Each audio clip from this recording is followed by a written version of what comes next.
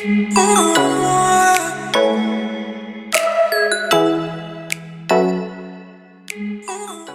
guys, looking for that comfy space where you can connect to the most inspiring, enlightening and extremely relatable topics on personal growth. We've got you covered right here on Self-Love Power Podcast, powered by Sal's Epiphany Studio.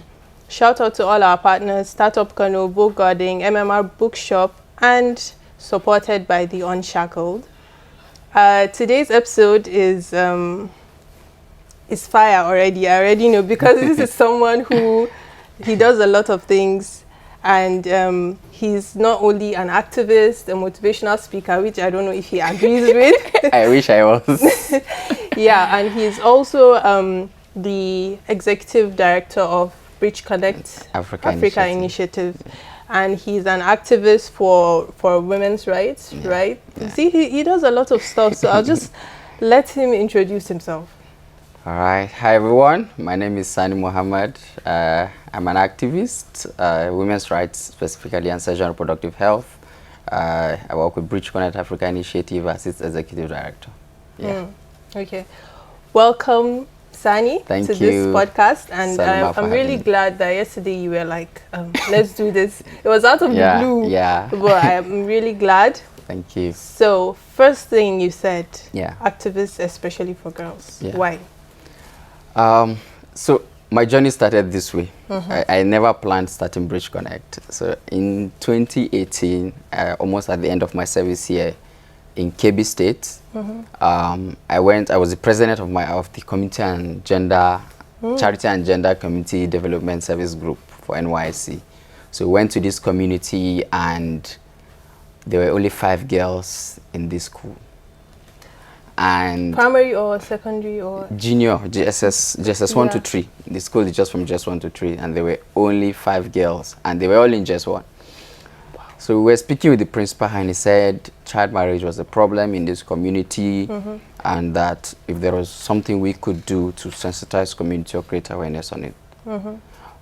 Like, it was really disturbing for me. I was furious because I couldn't understand meeting a 15-year-old divorcee who already had a child, dropped out from school and was hawking.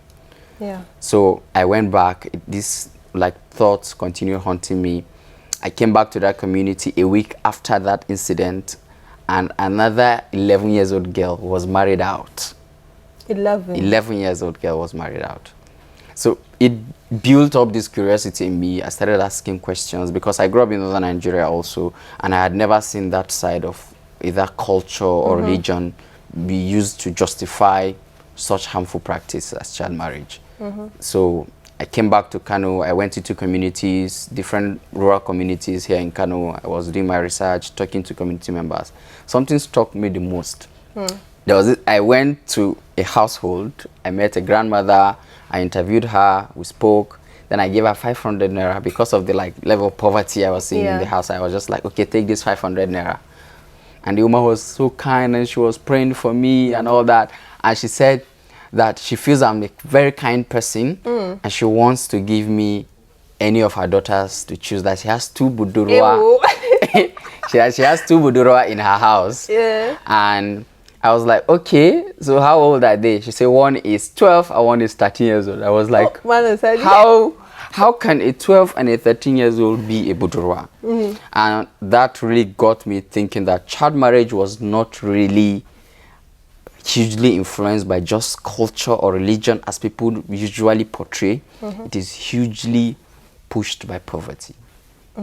Poverty is one of the real signs why people engage in child marriage. It is economical for them to just send their daughters out at an early age because they feel like the responsibility is too much, and they just push them out. And that was what really got me started. So you started a campaign. The money that you give her was just like an indication that this guy can take care of. Exactly. Yeah. Not really this guy can take care of. It was just like the push was just because of 500 naira. For me, it wasn't like whether I could take care of her or not. Because even if I could take care of the girl, I can't marry a 12-year-old, 13-year-old girl because of 500 naira. Yes, or because they feel I can take care of that responsibility. So we started a campaign. And for us, when we started the Speak Up campaign, it was I'm curious, what did you tell her? How did you escape? So I told her I couldn't marry the girl. I told her they were children. They should allow them continue their school if they were schooling, or get a trade if they were not in school. That was what I actually told her. And we just laughed and I left. But that snowballed into many things that I'm doing today. So we started a campaign to end child marriage in Kano State. And as novices, we just started with the issue. We just wanted to discuss about the issue, let people understand what child marriage was. And at that time, we were broke. We didn't have anything. We just had our smartphone, in fact, techno phones. Yeah. And we stumbled upon this opportunity with PRB that trained us on how to use smartphones to amplify reproductive health issues. What is PRB? Population Reference Bureau. Yeah, okay. We stumbled upon them on the PACE project, and they trained us at that time to just use our smartphone to amplify issues we see in our communities, especially those related to reproductive health.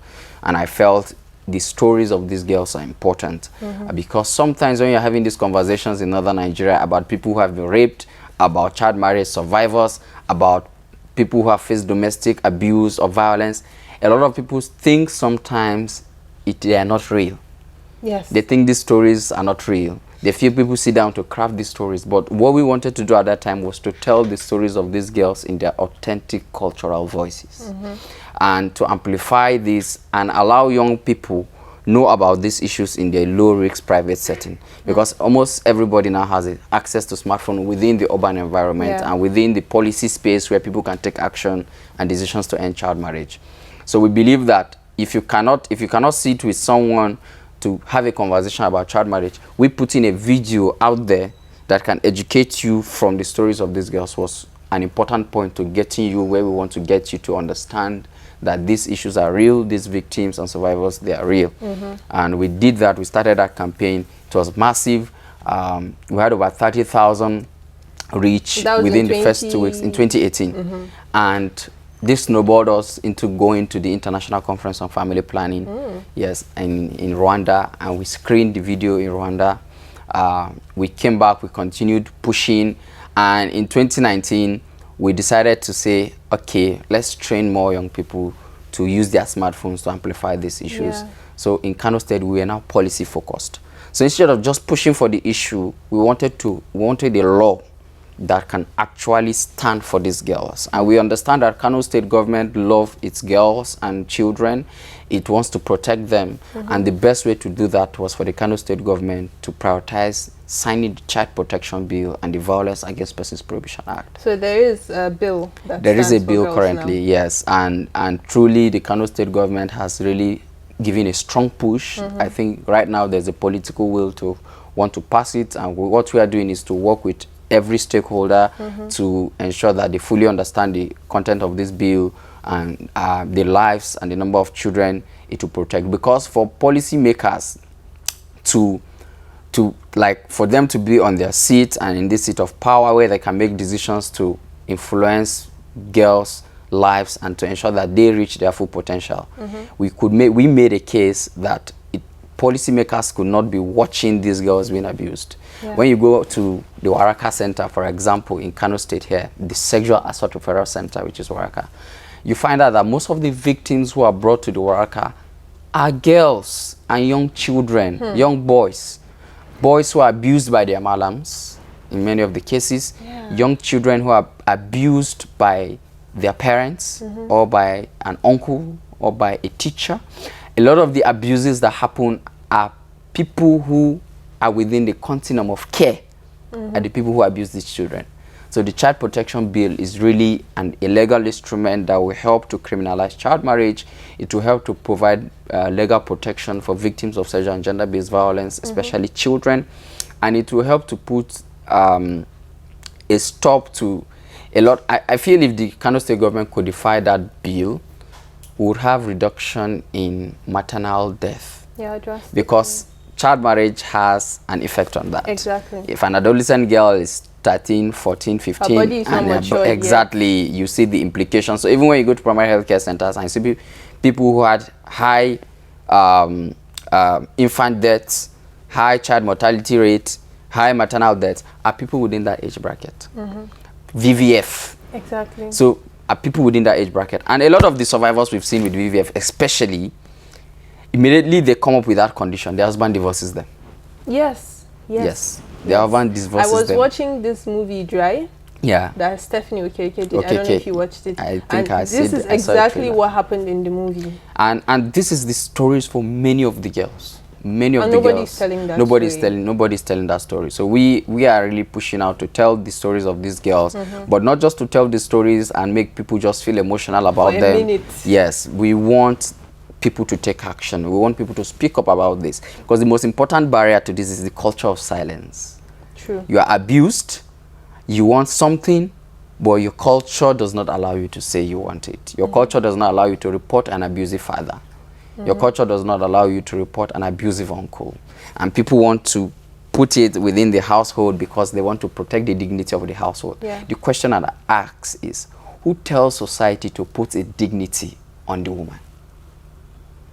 Why should the dignity of society be placed? Why should the burden of that dignity be placed on the woman? So the woman who is abused should not talk because she wants to protect the dignity of her house. True. The woman who is molested should not talk because when she wants to get married, people would come and say rubbish things against her. Yeah. The society forgets that it is these same people who abuse these girls that when it's time for her marriage and she has protected their dignity and kept quiet, when she comes to marry, these same people who abused her are the people who tell society that this girl has been abused before, so you shouldn't marry her.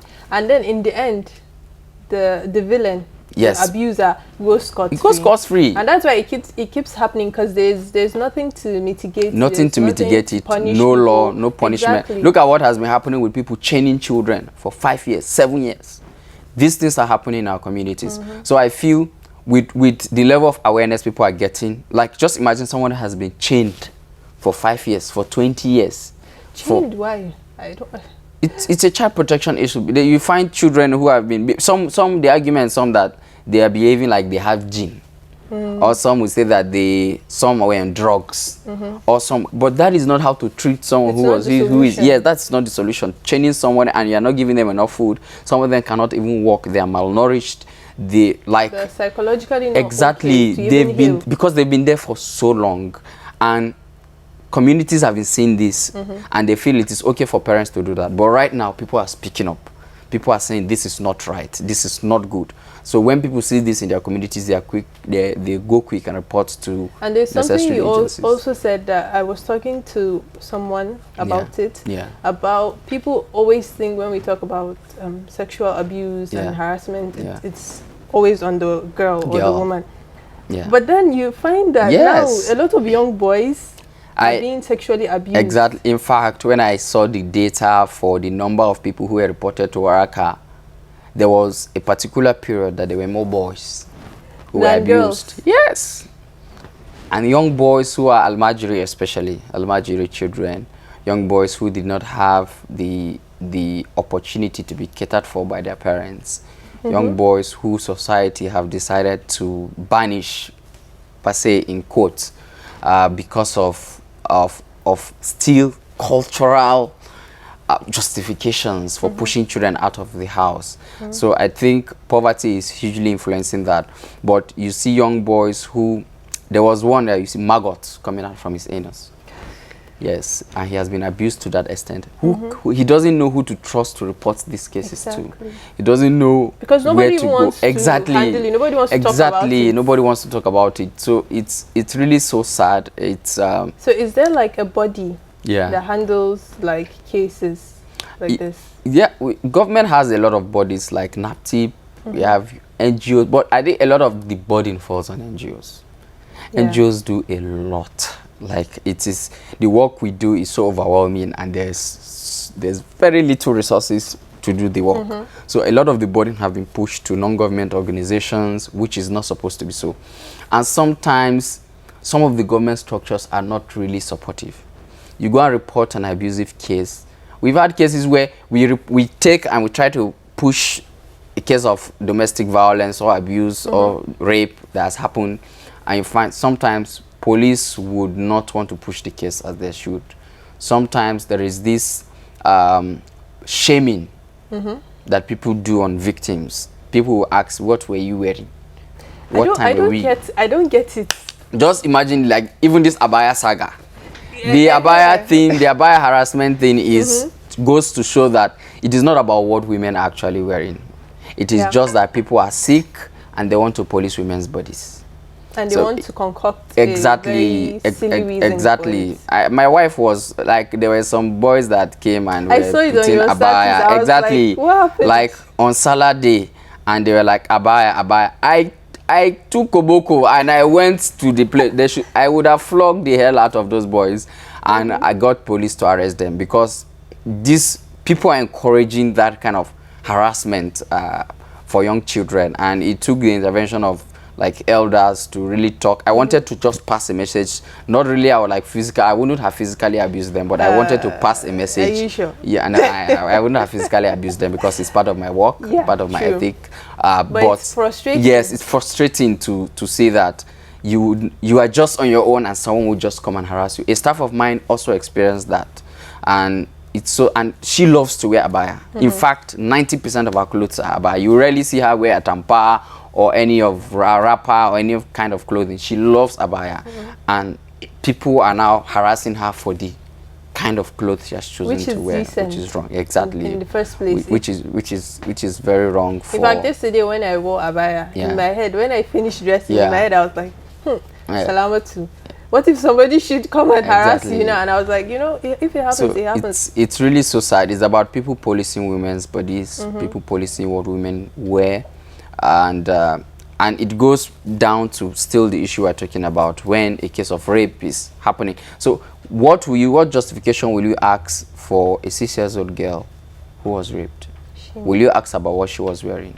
A 3-year-old girl, a 3-month-old baby. There was a case we had in a rural community where a man was putting his private part in the mouth of a newborn baby.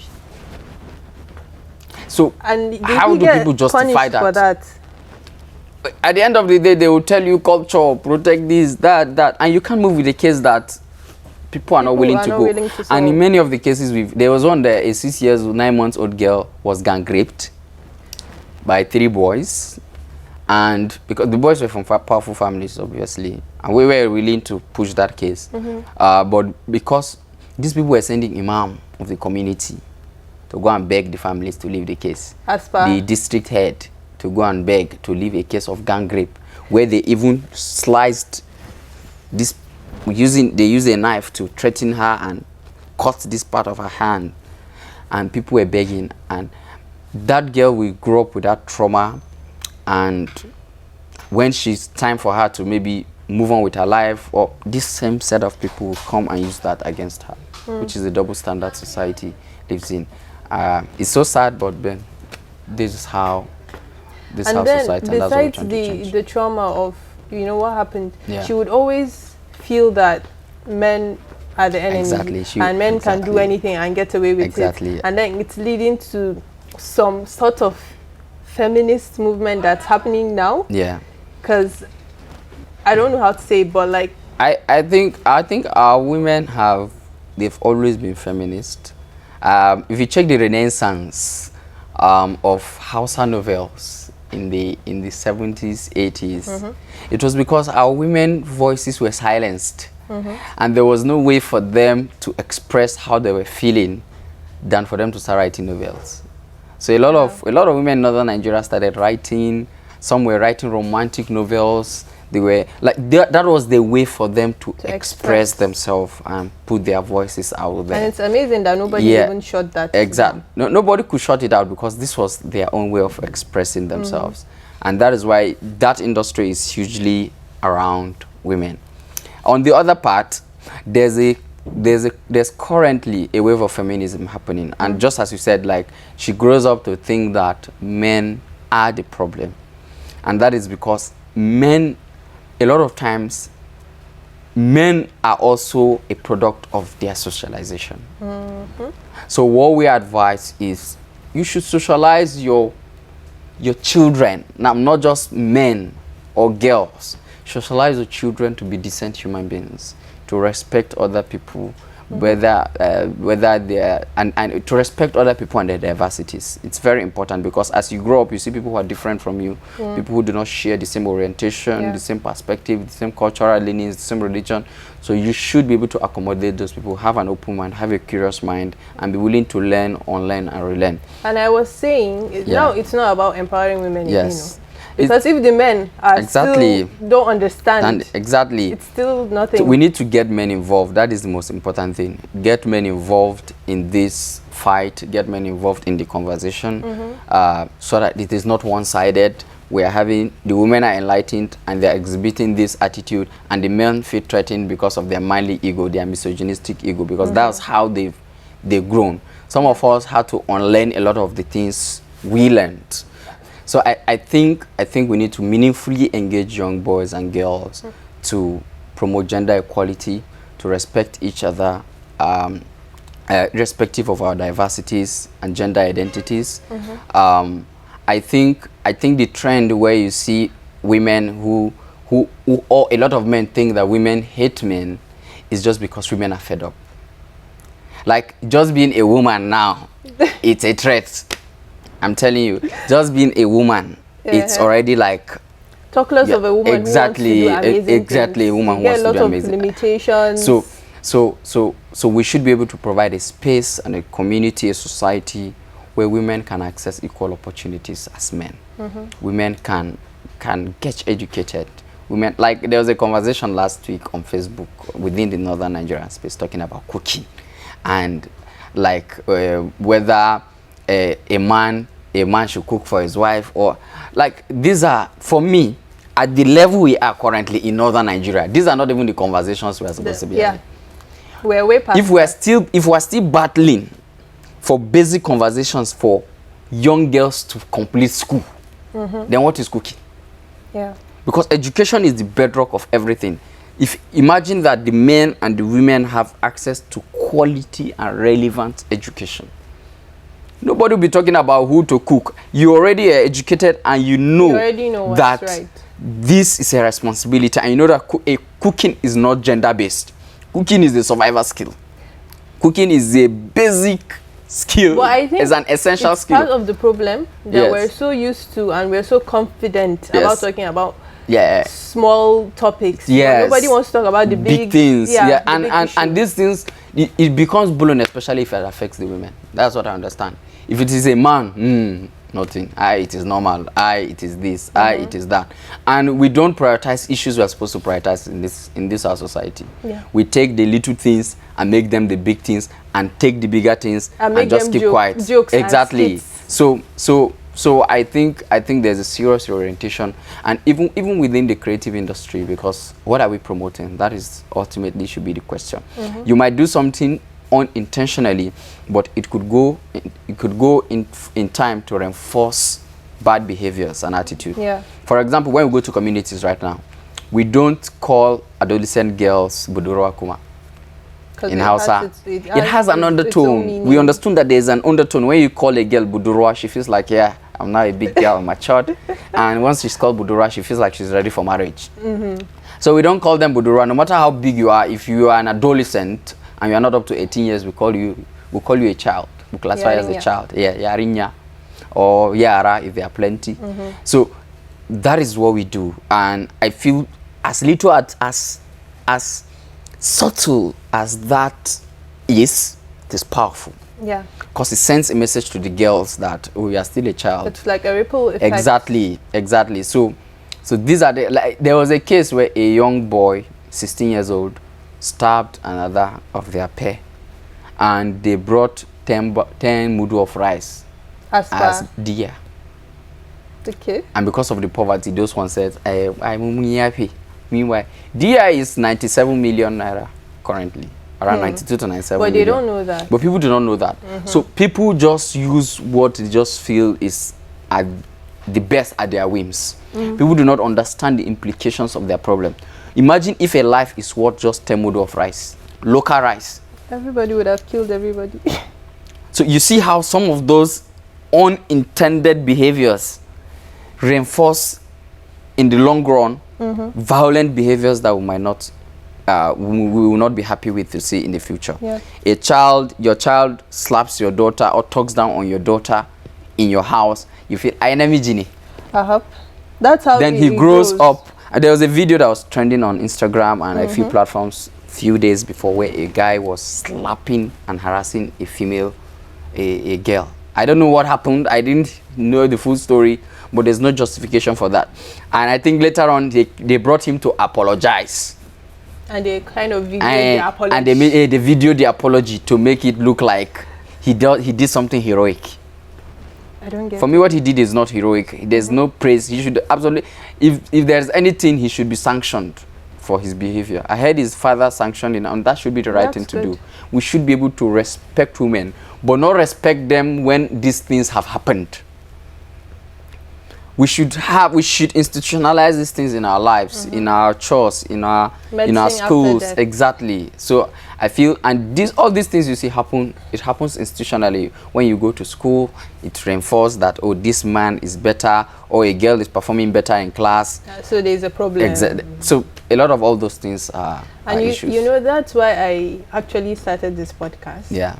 Because initially I was just doing audio, and then I thought, you know, people connect more to videos. I'm not a video person, but I just had to. Yeah.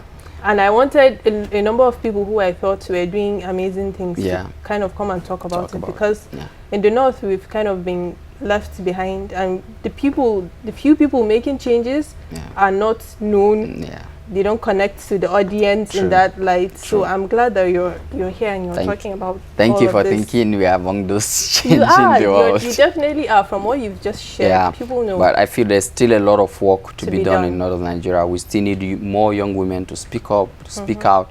We still need more young men to get involved, because our generation could change things. The women, people say the feminists of today that they are so radical. They are wait to see the ones that are yet unborn. That is what I'll say, because if our mothers in the 1980s, 70s were just expressing themselves through words, our young girls currently are expressing themselves through actions. Then you imagine what the next generation of feminists will do. So I think we need to get more young people involved. I think we need to shape the conversation and narrative to be such that it should be empowering for every gender. No gender should feel left out. Everybody should feel like this is something they want to do, and this is something they can benefit from, because gender equality benefits everybody. Go look countries who have adopted this. It benefits everybody. The case is for people should meaningfully engage each other and respect people. Somebody should not come and say his wife is doing something and he's giving her a correctional slap. What is correctional slap? Correctional? I'm telling you. It's giving her a correctional slap, and they take totally out of context what the religion prescribes. Because even where the religion said darb, in the translation of darb, if you go and talk about tayammum, where you do darb on the earth in Arabic, you do darb, go to do tayammum. How do you do tayammum? Do you slap the earth? No. It's a part, right? So it's and what the part exactly. So what that touch is to draw attention. Draw attention. It's not to beat, it's not to slap, it's not to hit. It's to draw attention, to say, hey, I'm talking, or we should have this conversation, or something. I think one of the prophets, Prophet Job, he used the grass to bring attention to his wife. If someone uses a grass to flog you, a dry grass to flog, is it painful, please? It's just to draw attention. So, but a lot of people... How come? Nobody should cancel me for this. But how come? Guys, you guys don't talk about all those things, right? The only concept that you understand is aure. I don't get it. So, and that is why, for me, I think a lot of women need to go into religious scholarship. A lot of the Islamic knowledge people have, and even for the men, Malam says kaza. So person says kaza. Nobody really goes to understand what is the... Okay, I'm reading this verse of the Quran. What is the context in which this verse was revealed? I'm reading this hadith. In what context was this hadith related by the Prophet? What is the asbabun nuzul of all these things we are reading? And how did that translate in the lives of the Prophet and his Sahabas? I feel that I say this always, that if we were to go to the time of the prophet, women would have been more freer. Our women would have enjoyed more freedom. Women were queens. Exactly, than what we see today. If you go and, I don't want to compare our cultural leanings and that of Saudi Arabia, but a lot of times we try to justify our things with what is happening in Saudi Arabia because that's where the Kaaba is, that's where the city of the prophet is. That's where the influence If you came go there and see how they treat their women, aside from the normal Western media propaganda, if we see how they treat their wives, no man will think of adding another wife except you are preparing for another bout. Maybe I should. Marriage is maybe very I should move. marriage is very expensive in I'll Saudi just Arabia. move back. That's to why Saudi. African men cannot marry them now, because it's usually There's very a lot to do. it's very Yeah, it's expensive. tasking. It's tasking. Like there is nothing like lefe. There is nothing like kandaiki. She will just bring her plates. You will do everything, and her accessories will be in gold. And you have to be the one to buy them, or with support from your family. And even when you come to divorce her, especially if she has a child for you, you can't just divorce her to go. You will give her a part of your house, and you continue, you take care of her as though she is still your wife, but you not take your eye like this and see her because you are divorced. But you will still take care of the responsibility as though she is your wife. Yeah. But she's not your wife. She can be married to another person, but you still take care of that responsibility. So when a lot of men understand that, when Allah made the injunction that men are the protectors and maintainers of women, he didn't just mean that you will just be the head and they are the tail. No. I give her correctional slap. Yeah, give her correctional slap. What he really meant that there was serious responsibility attached to being a man. Yeah. And for you to, we needed to man up and take that responsibility. But a lot of men are only ready to show their manliness when it comes to the misogynistic or the opportunistic side of being men. Yeah. When it comes to the patriarchal privileges that they enjoy. But when it comes to really doing the work, they run away. Child care, men run away from child care. Domestic work, that it is normal. Before you got married, you were doing this thing for yourself. But now you your got hands married, cannot do it again. There are some households that say men should not even enter the kitchen. I'm telling you, I've seen households that said men should not go to the kitchen. Why? Like we are not promoting good behaviors if we tell men not to go to the kitchen. There was a similar case. There's a similar case I was trying to relate. I just skipped my head right now. But there is a lot. There's a lot of work to be done. And I think we need to go back to the basics. If we are working based on religion, okay, let's go to the religion and see what is the real thing. What are the rights that women are supposed to enjoy in Islam that we currently do not enforce that? Yeah. Yes, it came back to me. In one of the local governments here, one of the metropolitan local government, there's a woman that started her organization. And what made her to start was she found out that anytime it was time for the wives of some of the men in the community to deliver, to put to birth, the men will just take an excuse and run away. Why? They are running from the responsibility of childbirth. They can't pay money for hospital bills. You're not the one that's even pushing. You're not the one that... They don't want to pay... It's not about the pushing. They don't want to pay for childbirth. Oh, They don't want to pay hospital bills. They don't want to pay the whatever thing they will need in the hospital at that time. And they don't have provision for sunnah, for the naming ceremony. So they will wait and come back. The women will later find their husbands 3 months, 2 months later, after people have taken responsibility for them. So you see, these kind of things are happening. Yeah. These kind of things are happening, and it's sad. Before I ask you final questions, guys, I almost forgot. Vogue is still giving free tickets for every episode. And what you have to do, Vogue Garden is a restaurant in Kano, and they have amazing food, like I always say. What you have to do is follow Vogue on Instagram, and also drop a comment on our Instagram at selflovepowerpod, telling us why you deserve to win that free meal ticket. Final question. Yeah. Okay, two questions. Sorry. No problem. First, what's the most difficult situation you have found yourself in since you started? You're already smiling, so I know. Since you started your movement. Yeah. There've been a lot of difficult situations. What's But number I think one? the number one would be where we had a smear campaign against us. People accused us of promoting LGBT, and they tried to use that to discredit the gender-based violence movement we were pushing. In Kano? Yes. And this did not only happen in Kano, it happened in Sokoto, Niger. Like, this went on for like 2 weeks. People were just trying to use a smear campaign against us. And what was more painful was that some people who called themselves activists in northern Nigeria were the people who were pushing that narrative. Women were facing violence. Women are being killed in their houses. Children are being killed, gang raped. There was a girl who was we handled her case. She was gang raped by over 5 boys.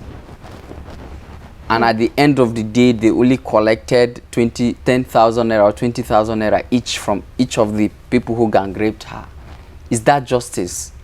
These are the real cases of real victims that we're talking about. And people decide to go and do a smear campaign against us. Some say that SGBV is similar to LGBT. How? Some say the orange color we use is orange for LGBT. Like, it was so... I could not process what was happening. Like, how could... And propaganda moves like wildfire. Yeah.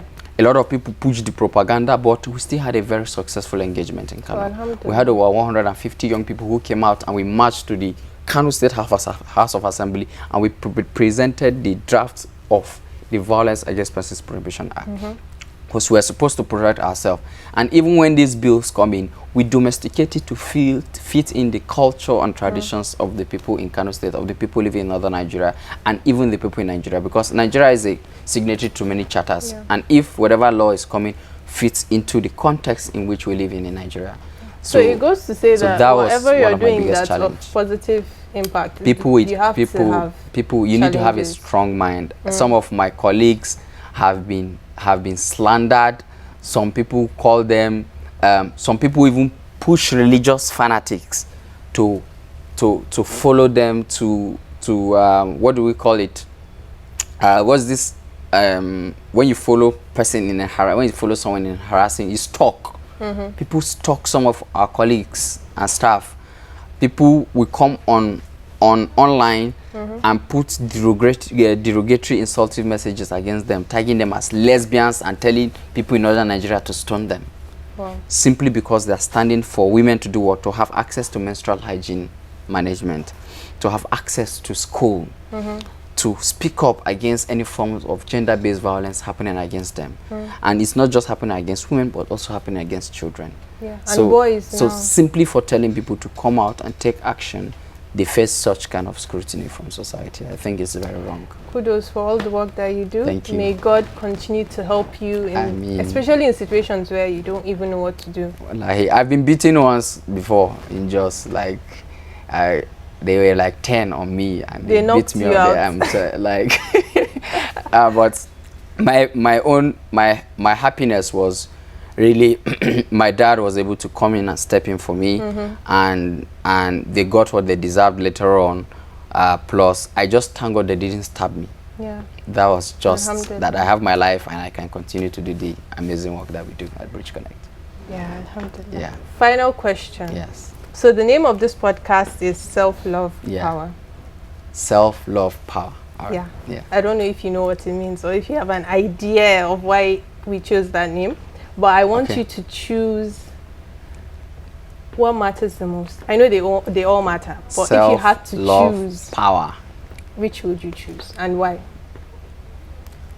That's a difficult question because I love myself, I love love, and power. I love money. Power is important to get things done, right? Yeah.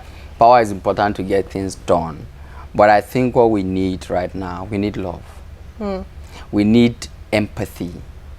We need to put other people in our shoes. We need a world that actually stands for humanity. So whatever you're doing, however you identify yourself, male, female, whatever your religion is, whatever your region is, we need people to be able to empathize, to show love, because love, like, it supersedes everything. Everything is really about, when there is love, there is peace. When there is peace, There's prosperity. there's prosperity.